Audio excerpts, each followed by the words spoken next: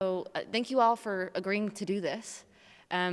Estuary to me has always been a very people-first movement where we want to keep people's stories and what they went through grounded.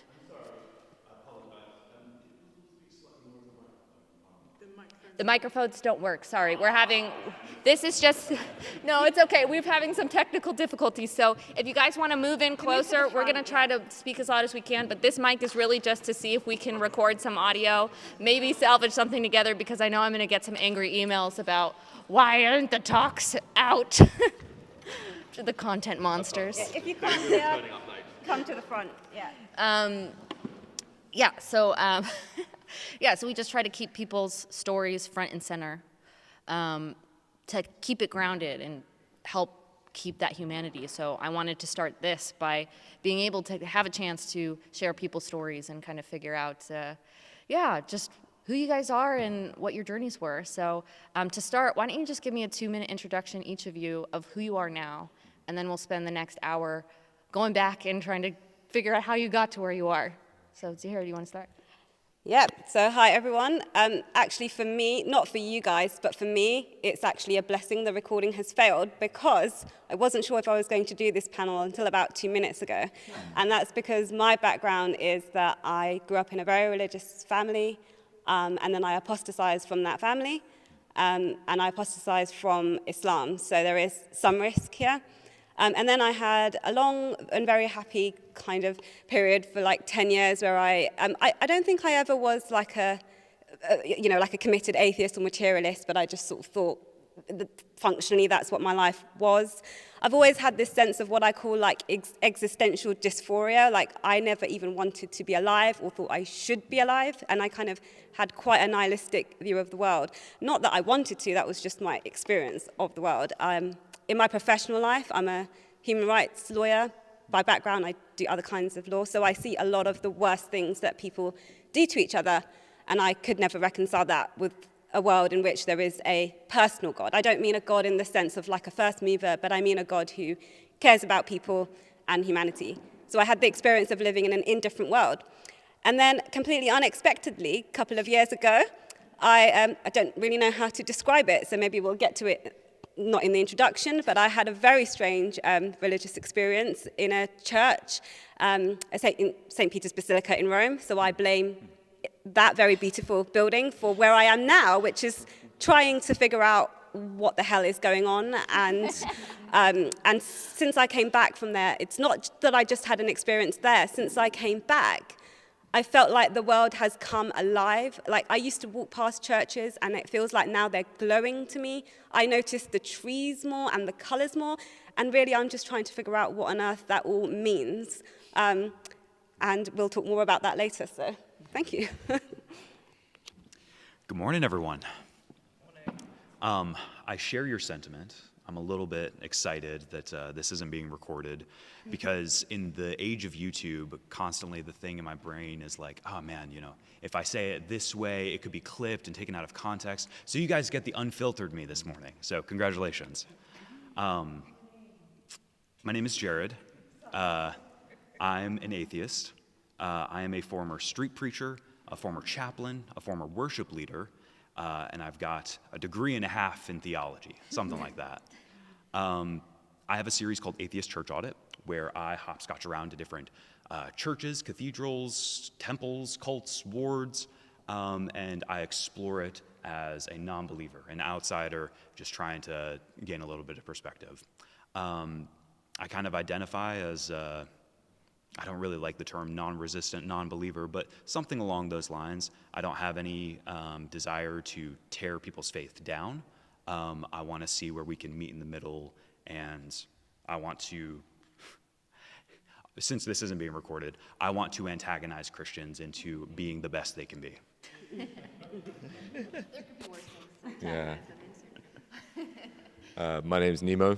I am, if we want to talk about niche for a moment, I am a commentator on the Mormon Church. So take a subset of a subset of people that want to listen to something, and that's what I do.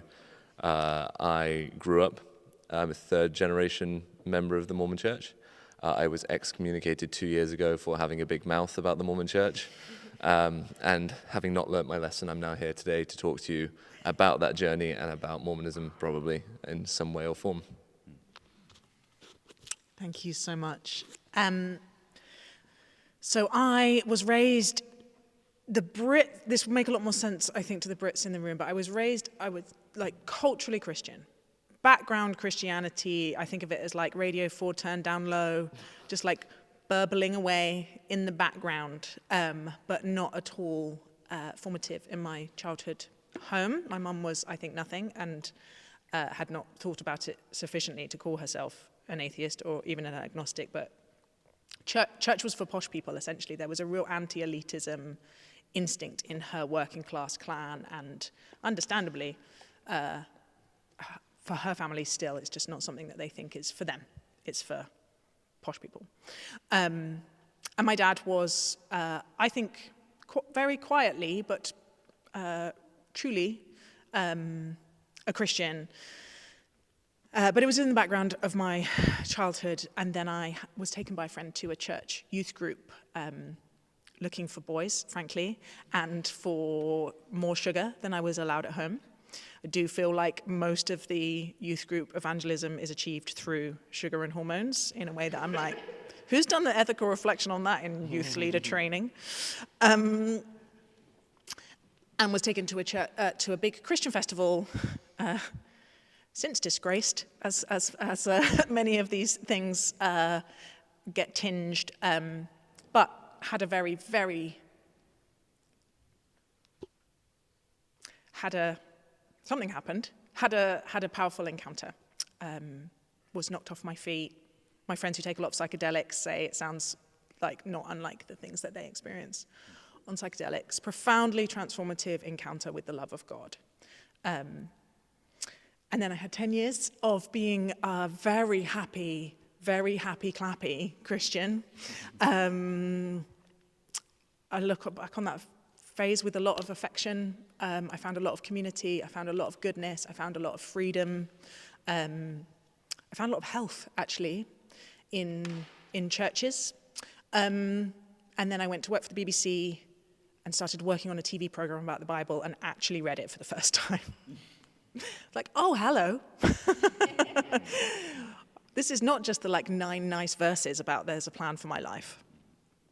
This is something else. This is something wild and spiky and complex and maybe dark, actually, and maybe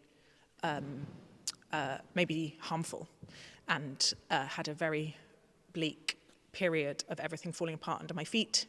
Tried to be an atheist for a while, could not pull that off, could not shake God off, and have slowly found my way back into sort of not resignedly, but sort of surrendering to the fact that I can't get out from under the love of God, and I don't really want to. I'm still very compelled by the person of Jesus, but still feel comfortable on the edges. Still feel most comfortable in liminal spaces. I'm really sorry, Christians in the room, but don't find talking to big groups of Christians that interesting. I'm much more brought alive in places of existential honesty and human encounter where people are not certain or policing other people's certainty. Thanks. Okay, great. Pass it back along, It's like telephone here.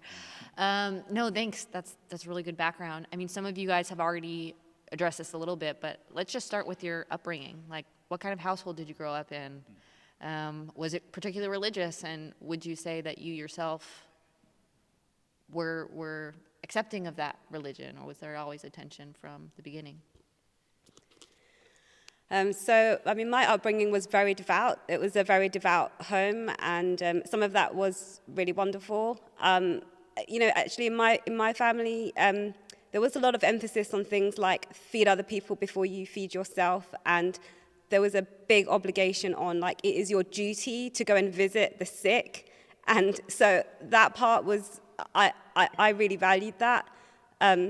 If there was someone sick on the street or nearby, my mum would always drop off food, and that was something that we had to do when we were kids. That was like a classic child Saturday afternoon job. I have lots of younger siblings, so now I'll make them do it, which is great. But it's, that kind of taking care of people. And our home was actually like a homeless shelter for other people who were struggling. So the irony was that, that there was this huge generosity, but also, you know, it was a very strict upbringing. So I didn't have like a television or radio or music. I'm still kind of learning about music now, which is very strange. And I don't know TV shows. So if you speak to me later and I don't know popular culture, it's because I grew up basically like in a cupboard, not really. And just to be clear, that was a joke. But you know, not sort of participating in the wider kind of cultural elements. I did wear a face veil for a lot of my life, and I wore a headscarf for a lot of my life. And actually, so I left Islam when I was 19, and it took me until I was 30 to actually visit my family without my headscarf. So I would just like wear it everywhere else. So it was this duality of like very, very generous and accepting of other people, but definitely for the people who are family, this expectation of being religious. And I think that this is the thing, if you take that faith seriously and you really believe your children will go to hell and suffer for all eternity, that is the kind of thing to do, I think, to make sure that their soul is safe as opposed to their kind of moment-to-moment life. As to whether I related to it or not, there are parts of it that I did. I really liked more of the Sufi tradition, this kind of just chanted and feeling connected to something. And unlike, I think, a lot of people I meet, I really love the structure of like, you pray 5 times a day, you know, you fast. I'm a naturally lazy person. I'm not going to do any of that unless it's like built in, and that has been really good. But I will say that there has always been doubt. So I don't think I've ever was able to believe fully. So even when I was praying and when I did fear hell, I always had questions both about God, just the idea of God, and then about specifically the specific religion of Islam.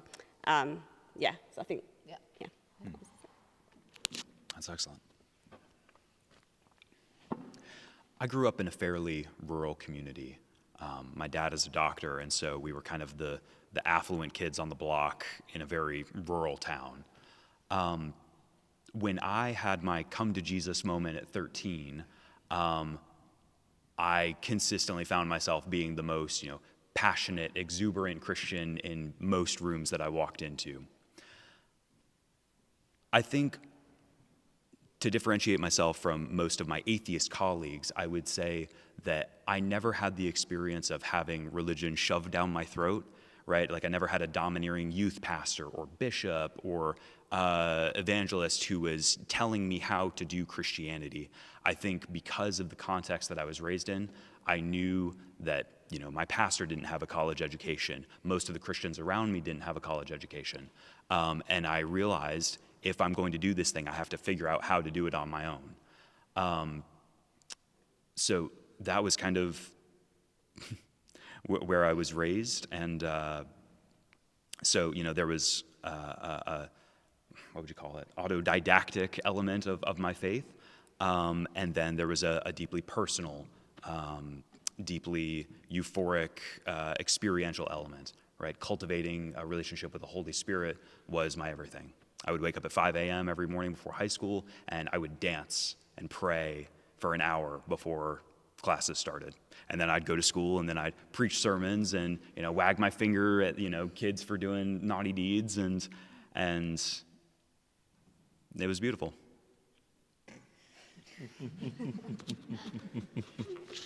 I grew up in a tiny house with 8 people in it, because Mormons like big families. I'm one of 6. My auntie had 12. There's just a lot of us running around, and I was the youngest. And my family fractured religiously from quite an early age. So my dad, when I was 6, left the Mormon faith and left the home. My brothers, as they grew up, they decided it wasn't for them. And rather than let that shake my faith, I think it allowed me to really double down. I lose count of the amount of times I tried to reconvert my father, the amount of times I sent Mormon missionaries to his new home, unsolicited. And the amount of times I really grabbed onto, there's a story from the Book of Mormon about a guy called Nephi and his 2 older brothers. And his 2 older brothers are not faithful, and they're not doing what they ought to be doing, and they're doubting the Lord. So Nephi, their younger brother, tells them off, and he's really cool about it. And he's like the hero of the story because he gets his unfaithful brothers to, do what they're meant to be doing. I really, really held on to that story and looked at my older brothers in that same way.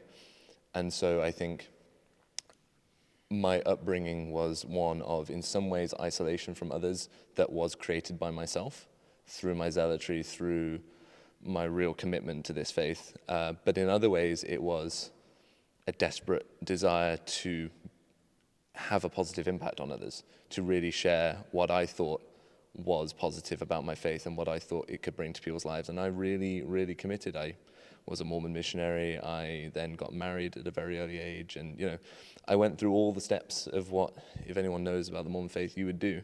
So it was a very typical upbringing in that sense. I think if you speak to most members of the church, that would kind of typify their experience, is this feeling like an island, feeling like you have something that no one else has, and then you need to share it.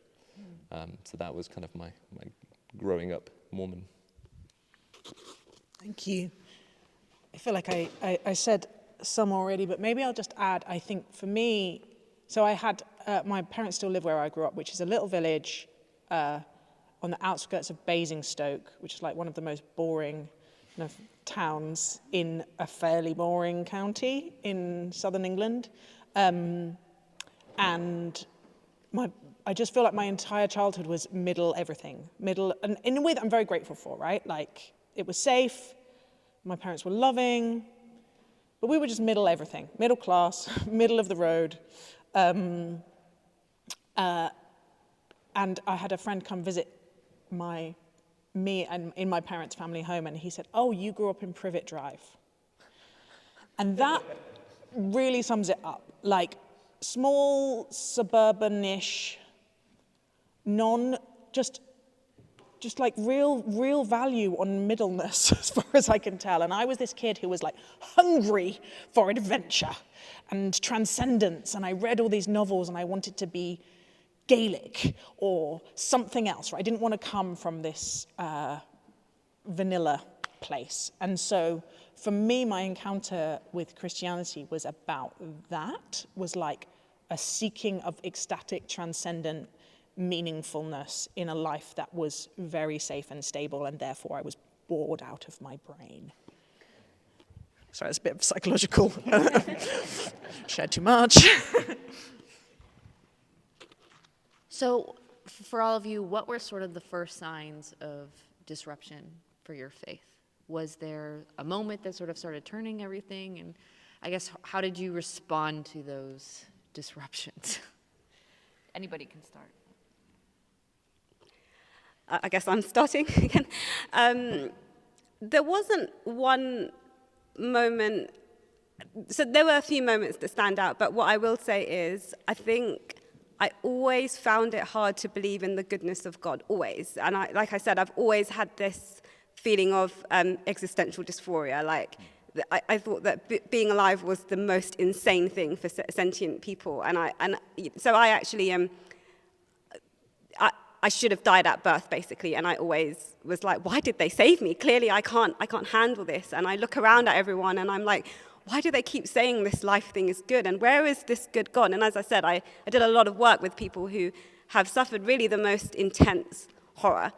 And that's something I still can't reconcile. So I kind of had that doubt about kind of God in general, and, this thing about when you're praying, who are you praying to? And why do people think it's like a personal relationship? Why does the universe kind of, why is it not just indifferent? Why do people think that there's this care that a God has to people? So that was kind of always there, but then I had more specific and I guess dramatic moments of doubt about the specific faith when I read the Quran, like in English for the first time, and then when because most people who grew up in the UK who don't speak Arabic read the Quran in Arabic, but they don't understand it. So I would pray 5 times a day in a language I don't know, and I would read, a holy text in a language I don't understand. And when I was trying to really find out what is it that I'm doing here, who am I praying to, I started reading the Quran in English. And I think I became an unbeliever like halfway through my first read of the Quran. But I still tried to see, what do people in the faith say in response to these things? So I spent about 7 years kind of taking their counterpoints really seriously. And then one day I realized I just don't believe it. I had read this, it's a really strange thing that's got nothing to do with religion, but I read this book called Wild Swans. I don't know if you guys know it. And it's a story just about these 3 generations of women who grew up in China under like various regimes. And something about that book just made me realize that I was living in some kind of totalitarian system in my own brain. I don't know what it was about that book, but after I read that, I was like, yeah, I'm lying to myself. I actually just really don't believe this, and now I'm going to have to figure out what to do with that because I'm from a very religious world.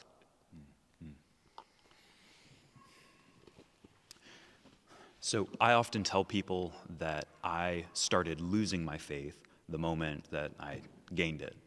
I started deconverting the day that I converted.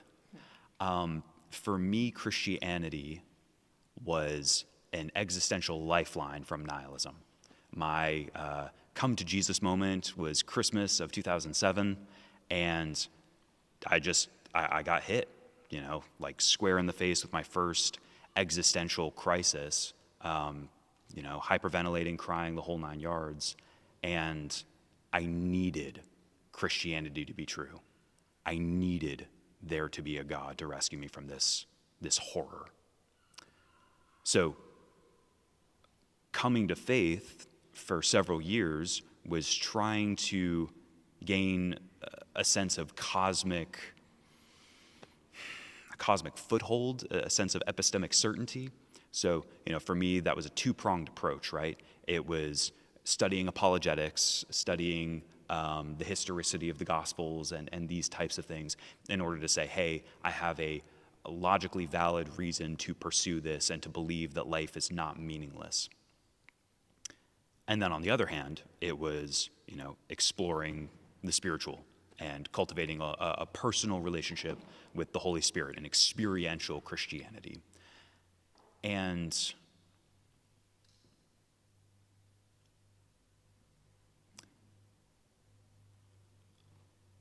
I think that we don't know ourselves very well.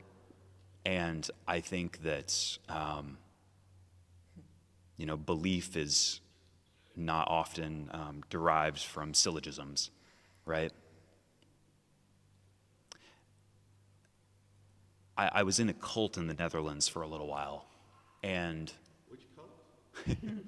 it was a small Pentecostal cult. It doesn't really have a name, but it was an offshoot of Fire School of Ministry, where I did my pseudo-seminary days. And I wanted to die when I was there. And I don't know what the correlation between that sense and feeling like maybe this isn't true. I'm still unpacking that, 10 years later. Mm-hmm. And I don't know why that's there, but it is. I don't know how to adequately describe to you all just how all in I was. Just how much I believed it. How much I believed in a personal God who loved me, who cared about me, who knew my name, who wanted the best for me. How the ministering angels in my life sent to me through him were the people around me. How this was all part of a system designed for my welfare and the welfare of others. My devotion to the institution that represented that God was complete and solid. And I trusted them. I trusted the Mormon Church deeply. And for me, it was a moment of betrayal. It was a moment of discovering that I'd been lied to by that institution. That didn't shake my faith, but it shook my trust. There's a saying in ex-Mormonism that you go through what's called a faith crisis, right? So you have this moment of realizing maybe it's not true, maybe it's not what I thought it was. I push back on that term often because I think for many people, it doesn't start there. It starts with trust. You discover that the church that you paid 10% of your income to, believing that it was helping the poor and needy, has actually amassed $100 billion in a hedge fund and has not been giving that money to charity. They've been passing the plate and pocketing it. And when you realize that, you think, okay, well, what else have they not been honest about? And you start to look, and you give yourself permission to look beyond the narrative that they gave you about their history, about how it started. So you discover that they weren't honest with you about the practice of polygamy for a long time. They weren't honest with you about all these things that you thought were anti-Mormon lies. You were told they were lies fed to you by people who were angry at the church who wanted it to fall apart. And all of a sudden, they're real.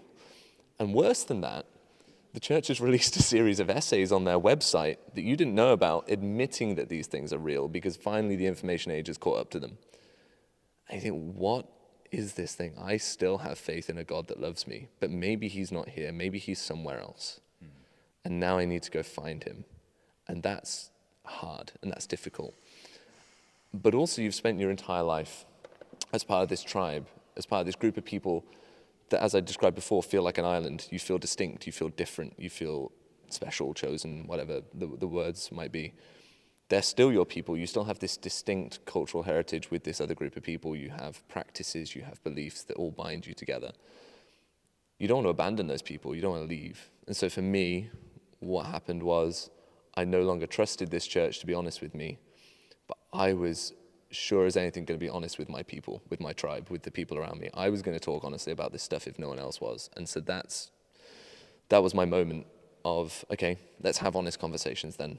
And I started to find an online space where that was happening and cultivated my own part of that with an accent that makes Americans go crazy and think that you know way more than you do.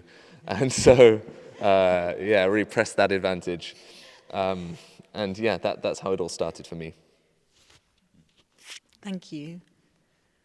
I just want to name two things, and one is what a profound privilege it is to, it's making me a bit teary, to be at this level of honesty and vulnerability. And also that if it's your first ever estuary event, you might be like, what on earth? It's 10 o'clock on what day is it? On Saturday morning, and we're in existential terror. Where am I? Yeah, it's beautiful.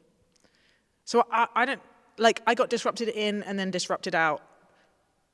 But I wonder, what's coming to mind is I actually want to talk about why the in and out thing even begins to fall apart. All the language falls apart, right, once you interrogate it. But why I still, the image that was coming to mind for me when a lot of you were talking about loss of faith was remembering that sense of vertigo, of like, oh gosh, the foundations are failing me. I have built my life on something that is not structurally sound, and that it's like one of the worst feelings you can go through in your life.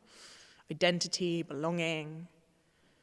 But that my experience actually was like I started on the top floor of a house and then I'd fall down and then that floor would fail, right? And then that floor would fail. But that I eventually hit some foundations that didn't fail. And that was the love of God. And we could spend a whole day talking about at least that first and last word in that sentence. And I remember like moments where I was really trying hard to be like, okay, there is no meaning, there is no God, like this is all just a cope, we're just gonna, and if I'm gonna be honest, if I'm gonna have inner peace, I'm gonna have to let go of all these things that I want to be true and are not true. And then a voice speaking back to me, being like, it's all right, like, I'll be here. I'm here. Go do your thing. No, not panicked, like not angry.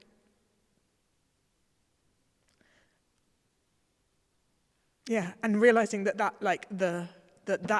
foundation, like the rage and the pain and the fear and the questions, there was a strong enough container for those. And it didn't involve like exile into the wilderness, but could be held. I think is what began my okay, I can find my way in a different but related direction.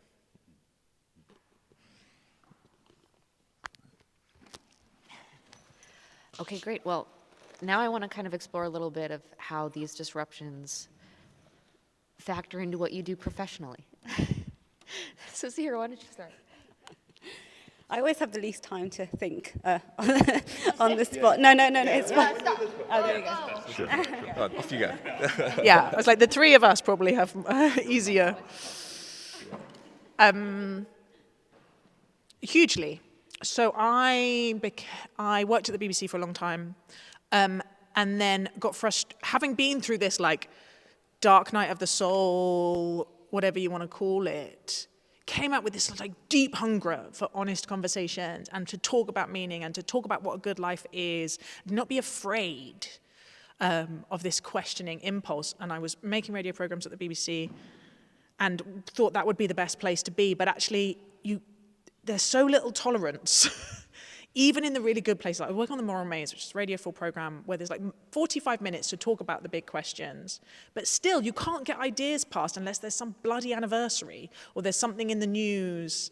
And I was like, unless you're Adam Curtis, making content that really deals with the big things, that's not constantly having to have a news hook, it's just not going to happen, and I'm not talented enough. And so I left and ended up running this think tank called Theos, which is a Christian-rooted religion and society think tank, trying to be a kind of generous, intellectually alert, thoughtful presence in some of these debates about what might religion have to offer in these times, which I loved doing. And I think what I would note, and now I wrote a book called Fully Alive, and I host a podcast where we have kind of conversations about people's journeys and their values and their philosophy of life as kind of honestly and humanly as possible.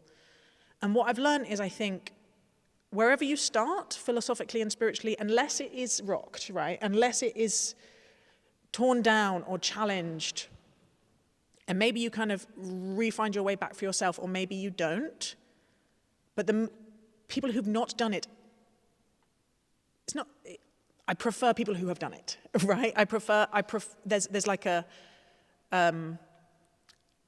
there's a depth and a steadiness and a level of richness, I think, in conversations with people who have allowed their sense of self or philosophy of life or religion to really be significantly tested or to fully fall apart.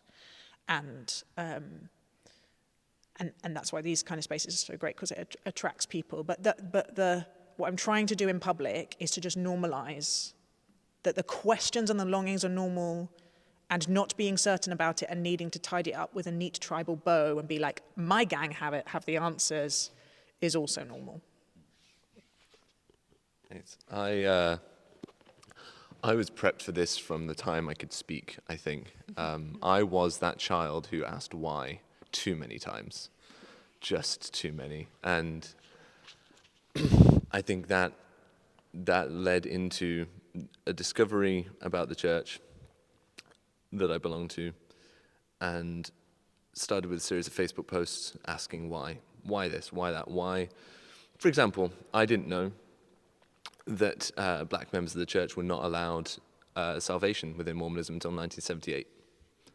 Didn't know about that. Why? Is a big question there. It's a topic I've explored a lot since, and the roots of it are fascinating and horrifying in equal measure.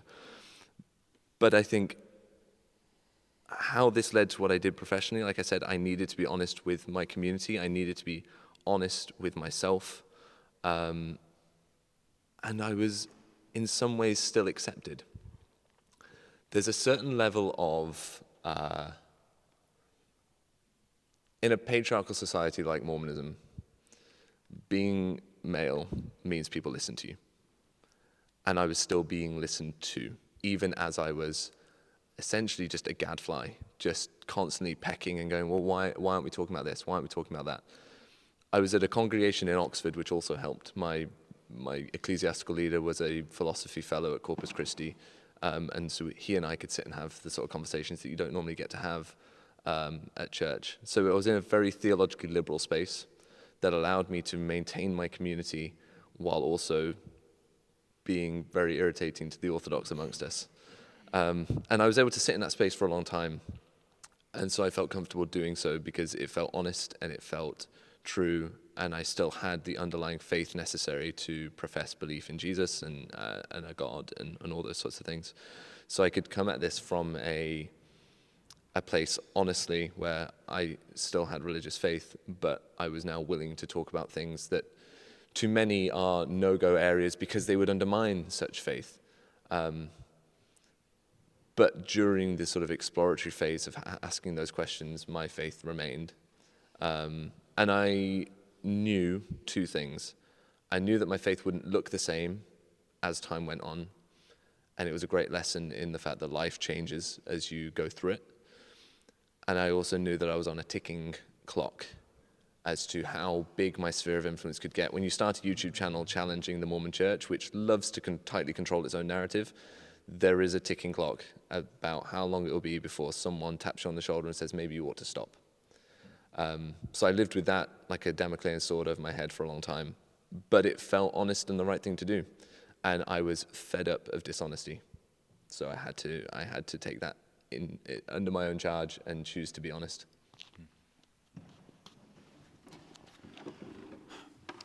So when I was a believer, I was quite evangelistic as a evangelical. And part of that for me was having a realization in high school where it's like, I'm not qualified to walk up to somebody and tell them, hey, this is what you ought to believe, if I'm not first willing to hear them out and hear what they believe. It feels like that is a properly basic matter of dignity that ought to be extended across the board. So I made it a point, like, no, I need to go and understand these people so that I can have a response to them. So I remember I was in Starbucks and a Muslim from Damascus walks in and he picks up my book and is like, have you guys ever heard this book of I Don't Have Enough Faith to Be an Atheist by Frank Turek? So he picks it up and with a thick accent he goes, I don't have enough faith to be an atheist. What an interesting title, my friend. And we sit down and he's in like this full white garb and we talked for like 3 hours. And it struck me, it's like, I want him to fall in love with Jesus. I didn't even know that Jesus was a prophet in Islam at the time. But it's like, I want to invite him to my church. I want him to believe what I believe. I want him to, see salvation. But it's like, well, I need to afford him that same courtesy of sharing what he believes. So I went with him to his mosque and was struck by the humanity of the whole thing, right? The beepers going off, in the back of the room and like, the 14-year-old slouching and scrolling on his phone. Like, seeing the humanity there meant a lot to me. And at the time, that was a means to an end. That was a means to, convert these people to the gospel of Jesus Christ. Fast forward a decade, and I think that same passion to understand people where they're at and on their own terms is something that's stuck with me, where I feel like if I have not sufficiently understood a group in such a way that I can state back to a person what they believe and have them affirm what I say, then I haven't understood them. And that's a consistent challenge to myself now. Well, thank you, everyone, for giving me time to think about it. The reason I needed time to think is, there's like multiple layers to this. So when I was Muslim, I wouldn't say the religion kind of propelled my work, but I was involved in a lot of things like trying to help people who had been victims of religious abuse. So whether this was things like in Sharia courts or women trying to escape violent marriages who weren't given divorce rights, or just various things like that. And then when I left Islam, I had the option actually to, at the time I was part of this like big apostasy community, and many of those people I'm still friends with. And a lot of them did become what we used to call like professional ex-Muslims, where they would like make that a key part of their work in the world. And I didn't want to do that at the time, and I still don't. So that was never something I was interested in. But what I did do, because I'd already had the experience of doing it from within the faith, I did a lot of, sorry, excuse me, I did a lot of like free speech work for, like I did a lot of individual cases, just dealing with individual people who were struggling with something because of a religious persecution or something like that. So that I've been very committed to. And I mentioned before that I've always had this, I've always been just really deeply concerned, or concerned is not a strong enough word, horrified, as I said, by the level of like suffering in the world and just the worst things people do to each other.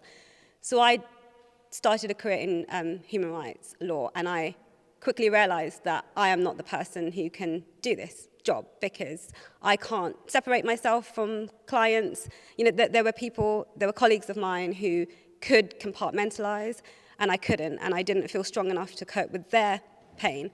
So I kind of left that profession, and I went and did like a very just standard kind of corporate, profession for a while, for a long time actually. And that's where I thought I was going to stay. And then I had this very strange experience in St. Peter's Basilica that I mentioned.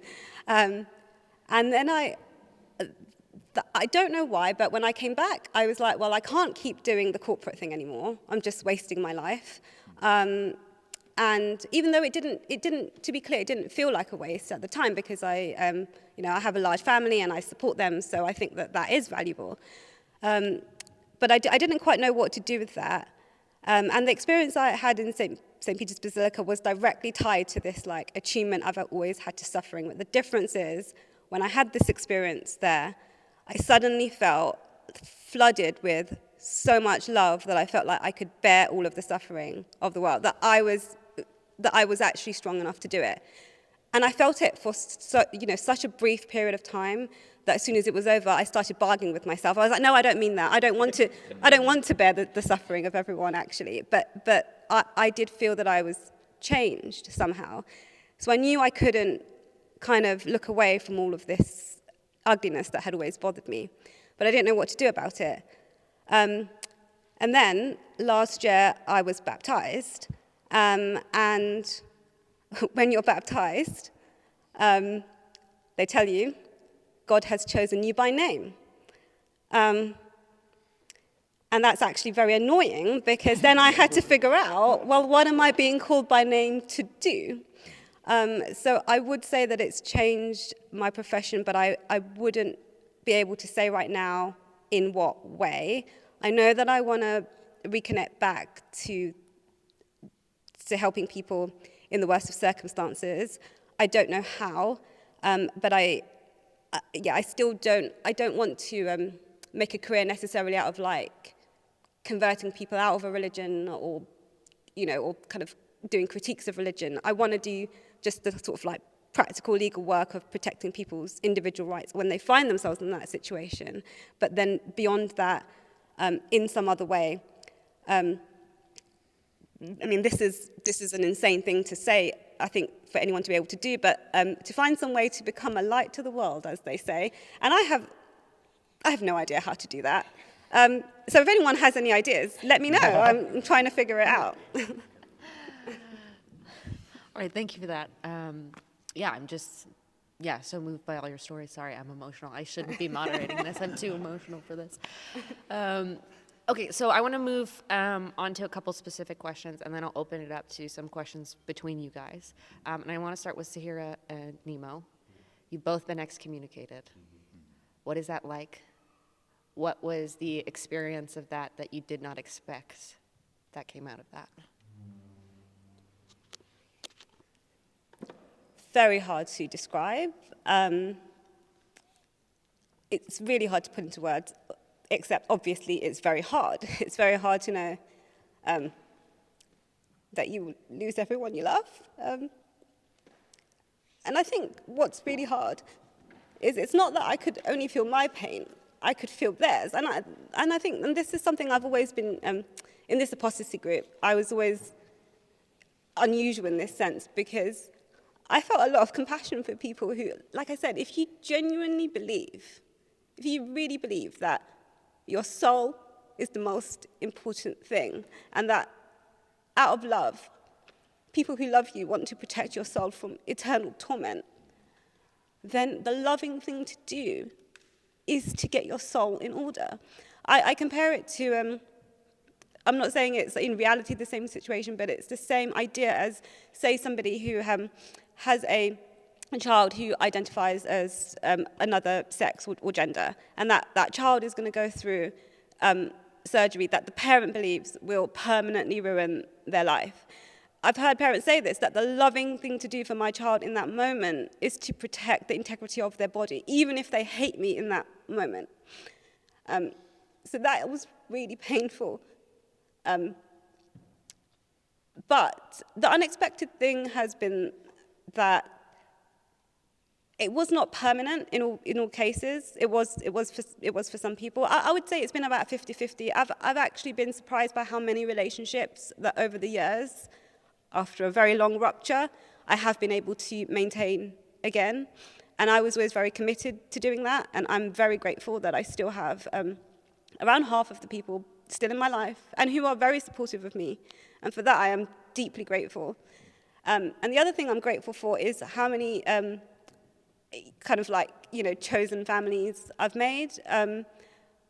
I did kind of join and help set up an apostasy community, and I've met just, when the whole world crumbles beneath your feet and you feel like you can't trust anyone because even the people who are supposed to love you the most turn away from you, it's really hard to be able to trust people. But actually, I have met a lot of people who, when I have surgery, I have friends who I can call who I think I have in some ways much more trust than in some of my family because they have been there for me more than family. So that's been really wonderful. And in a weird way, I kind of went through this process early on in my life. And so now I'm watching people kind of go through similar things in the political world, where people have been kind of found themselves kind of cancelled or excommunicated because of their political views. And I suddenly find myself in a position to actually be able to offer help to them because I know what that's like. So, and this is part of what I've been doing because I've done this before, is help build communities for those people so that they can find other people. So I've suddenly become very skilled at just building a support network from scratch, and even if you think that, you're running from death threats. So, in a weird way, if I kind of take a long view, I have actually been surprised by how useful actually I've been able to turn all these experiences into, though I regret that they have happened. And yeah, I've met people who I don't think I would have met in any other way. So I didn't expect to feel in the end so much gratitude for that.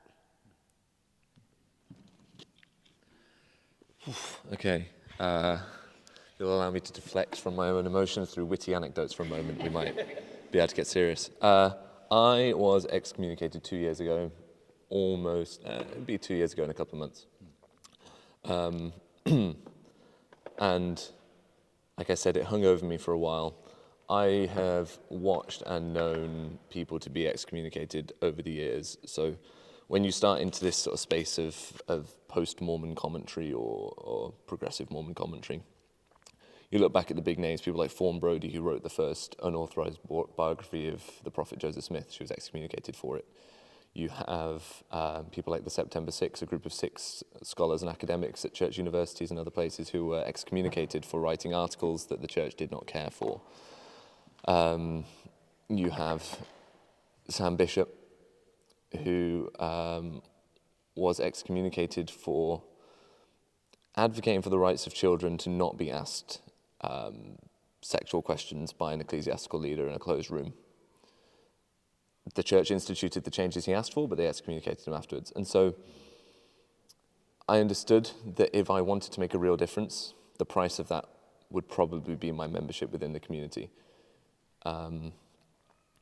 The straw that broke the camel's back for the church, I think, was a couple of things, maybe 3 things. It's one of these 3 things, who knows what it is.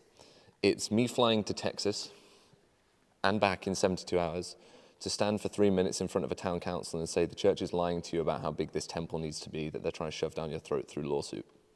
And I do not care for my church lying to you people. So there I said, I'm a member of this church and they're not being honest with you. And I don't care for it. So it could be that. It could be the interview I did where I was asked a series of questions about Mormonism. I was given a box full of questions, sat in a room for an hour, and asked to answer them as honestly as possible as a member of the church. And I did, and I think I was far too honest in ways that the church didn't care for. Or it is the advocacy I did within the church that I then spoke about publicly that led to the background checking of people that work with children within the church in the UK, which is now a thing that happens. I was part of a team of people on the inside of the church who pressed the right buttons, spoke to the right people, nudged the right things, and managed to make that happen. The prize for any of those things is excommunication.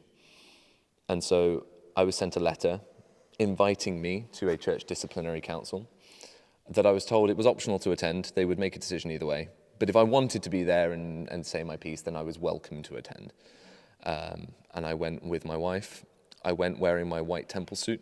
So in Mormonism, as you worship in the temple, the highest sort of levels of worship within the Mormon faith are reserved for the temple. And you wear all white in there to signify innocence and purity. And I thought, well, then I don't think I've done anything wrong. I maintain my innocence in all this, so I shall wear my white temple clothes to this meeting. So I went, I sat in a room with my sort of diocese level ecclesiastical leader and with my wife and with a member of my congregation who was allowed to be there to support me. And witnesses were brought in and out that I called who wanted to speak to why what I was doing wasn't wrong. Evidence was read out against me as to why the church felt like I should be excommunicated, what constituted my apostasy.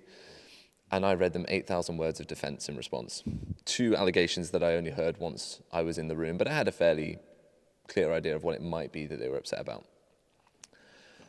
And to describe the experience of sitting in that room with men professing to love you while they threaten your eternal salvation, I think is best summed up by Margaret Toscano, who was one of the academics of the September 6 group that were excommunicated. And this is quite strong language. She said it was like being raped by Care Bears. Yeah. Smiles on their face, professions of their love for you and their care for you, and them wanting the best in the world for you. And that is why they're going to separate you from your community. That is why they're going to look at my wife in that room and say, you know, that eternal marriage you have in the Mormon temple, that thing that binds you together for eternity, gone. Because when you're excommunicated from the Mormon church, all of your blessings, all of your ordinances, all of your covenants, all the things that you've done to get to the point you're at within the church, taken away, gone, disappeared. Like they never happened. I would no longer be with my parents in the next life. I would no longer be with my wife in the next life.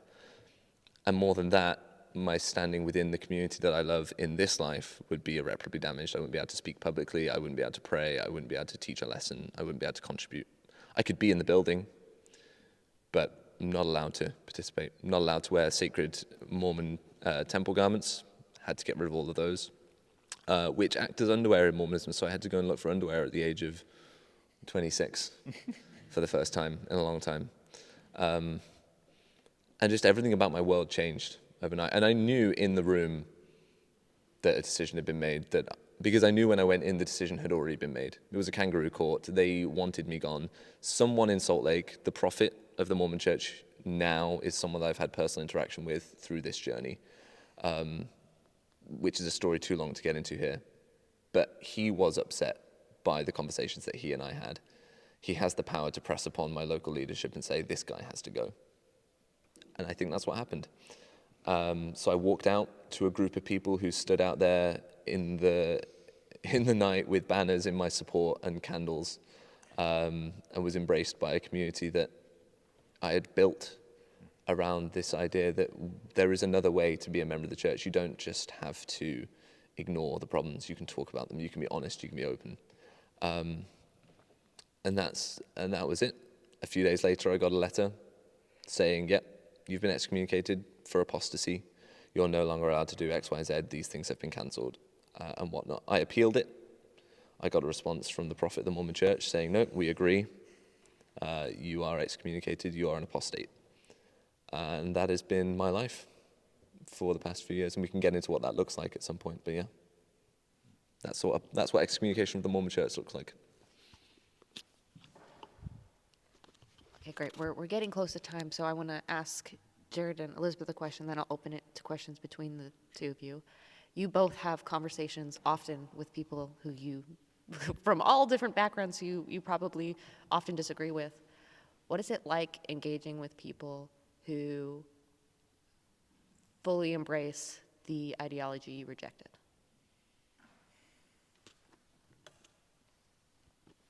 Do you want to go first? I can try.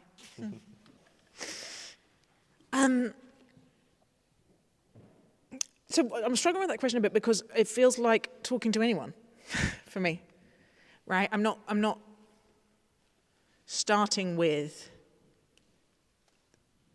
I'm not putting in between us, these are the things we disagree on, or these are the ways we're different. I'm starting with, oh, who are you? What's your story? Like, what's your name? My husband talks about if you know someone's face and their name and their story, that's what you need to know someone. So I just want to look in someone's face. Emmanuel Levinas talks about the ethical call of the human face. That because of my faith, because I believe every human being is made in the image of God, that we are walking icons of the divine, that's not snuffed out by a particular set of intellectual premises, or that's irrelevant. Like we can do a pretty good job of marring it, mainly in each other, but it's always there. So I think the thing that maybe what we have in common is we've built the tolerance for the natural thing that happens in your body when someone says something that you disagree with or expresses contempt for you or the things that are sacred to you. And so now it feels really natural and interesting, but it is, I talk and write a lot about these practices of like building the habits of curiosity and noticing defensiveness in yourself and noticing fight or flight, noticing the withdrawal that happens and learning to override it a bit, to move towards each other. I think when Jesus says, if someone strikes you in the face, turn the other cheek, you can read that as override your fight or flight. Right? When you feel that flinch from someone said something you disagree with, or they've made you feel unseen in some way, you can notice it and stay steady and like disrupt those dynamics somehow, and that's when all the interesting stuff happens. That's where I'm like, I'm going to learn something. We might really see each other. And Martin Buber talks about that space between us is the really real, like that is my jam. That is like the thing I crave. Moments of real human encounter of honesty and masklessness that are not premised on either real or pretended sameness. I love it.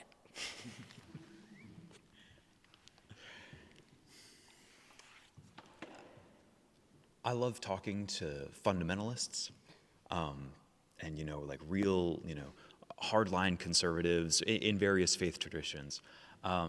I had this encounter like a couple weeks ago. I swear I attract these people and they just find me. I was sitting on a park bench and an Australian man walks up to me in the middle of North Carolina and says, "Excuse me, sir, do you have a moment to talk about my Lord and Savior Jesus Christ?"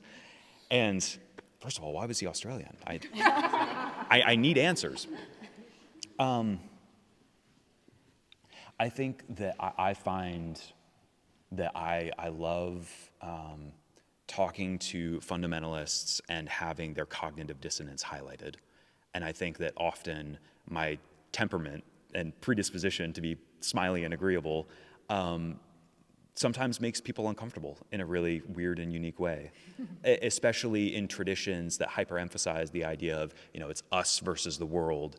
And, I've talked to some Jehovah's Witnesses and even some Latter-day Saints where you can feel like they're uneasy by the fact that I don't hate them, by the fact that I'm not against them, by the fact that yeah, man, I'm so glad that you're in like a faith tradition that you feel at home in. I'm breaks down. Yeah, exactly. And it's so funny. And so, with this young Australian man who met me on a park bench, he was so put off by the fact that I was nice and smiley to him. He said, you need to repent of this and that, and you need to get on your knees and call upon the Lord Jesus Christ. And I was like, wow, thanks for telling me that, man. he was so indignant, he walked away and like refused to shake my hand. It was so comical to me. So there's cognitive dissonance on that side. And then I think sometimes for the people who love us most, it's really difficult to walk with them through that.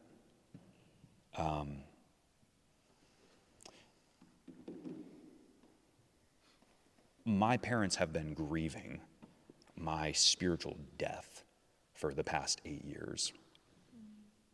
And I know that to them, their little boy is going to hell. And it's such a bizarre position to be in, because I've had to sit down with my parents and, use their Bible to try to comfort them and give them some modicum of hope that, hey, all things work together for, those who are called according to, and quoting their own scriptures back to them just to hope that they have a sense of peace that this is going to be okay. And it's hard.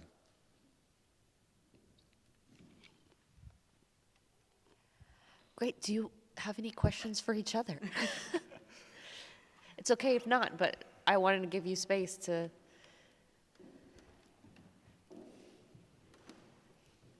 No? Almost too many. Well, we can have a debrief after, but let's close it down then. And I want to ask, what advice would you have for someone who's going through a situation where their faith is either being shaken or they're being, unraveled in some way? For those in the thick of it, what advice would you give them if you have any? I got one. Slow down. Every crappy decision you have ever made will be expedited by the sense of urgency. Life is long, and you don't have to figure it out tomorrow.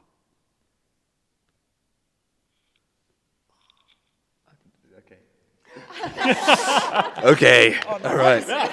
Well, a big part of my journey is that a year ago I nearly died because a blood clot went to my brain, and I rattle when I walk now. I got more pills than I care to mention that I take to keep me alive, but to that point, it pays to act as though life is long. But there is also something that I've learned in appreciating that it isn't guaranteed. And for many people, that brings panic and fear, and I get that. For me, it seems to have brought on a feeling of peace, that life is happening to me right now as it is happening. And the next moment may happen, it may not. And so I don't need to worry about that moment. I just need to think about the one that I'm in. And if that's really difficult, okay, how can I take a moment and alleviate that feeling? Or how can I just sit with it? If alleviating it's not possible or not wise or not the right thing to do. And practicing a form of acceptance for the new position you find yourself in. You will grieve the life that you had, but all of your life is the life that you had. Every moment passes away and then the next one arises until they stop arising. And that's kind of how I live now.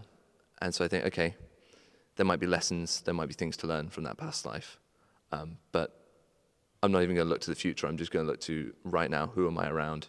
Who can I care for? Who can I love? Who can I be kind to? And that will include myself at times, and at other times, not. Yeah.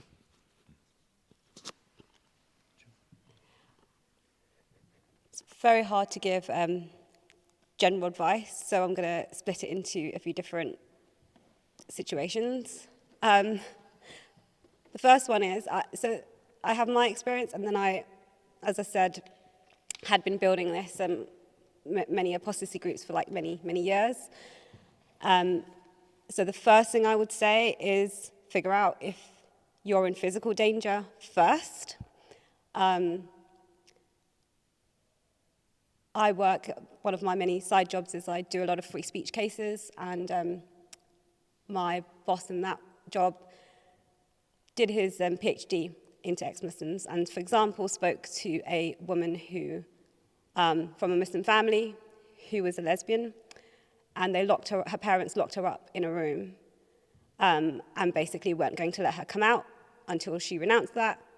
So in that situation, for people who may find themselves in that situation, it's figuring out who can you call in the middle of the night that's going to help you escape through a window, and everything else we can figure out later. Everything about who you're angry about and who did this to you, we can figure out afterwards.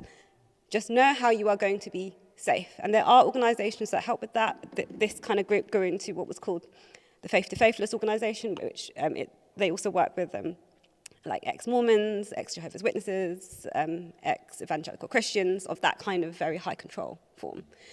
So the first thing is look after yourself physically. Then a lot of people who are coming out of that situation may need to then think about how to look after themselves financially and emotionally. They may not have learned. I had to figure out how to open a bank account, and I was like the first woman in my family to have like a job outside of the home, and I just these practical yes, the bigger picture is important, but day to day you're going to need to figure out how to live, and you need to figure that out, because when you are in this situation you are so vulnerable. And the thing that I have seen time and time again is people jump out of the frying pan and into the fire, or is it the other way around, whichever way around that goes. They leave a high control religion and they get into a relationship with a guy, because that guy offers them safety and security and offers to fix all of their problems for them. And 3-4 years down the line, they are in another dangerous situation. So pause and figure out what your actual needs are and who can support you in those. People are not necessarily, it depends on where you are in the world, but in some parts of the world, you don't have to be alone in that. So that's number one.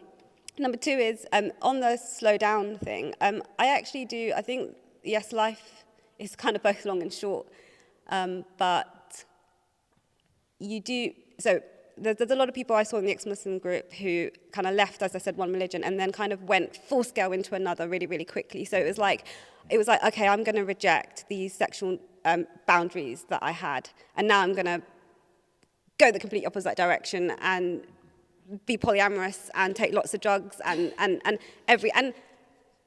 for some people that might be a healthy life, but for a lot of people it was like this immediate reaction, and they actually ended up very, very damaged in other ways. So I think take your time to figure out what is it that you actually want your life to look like.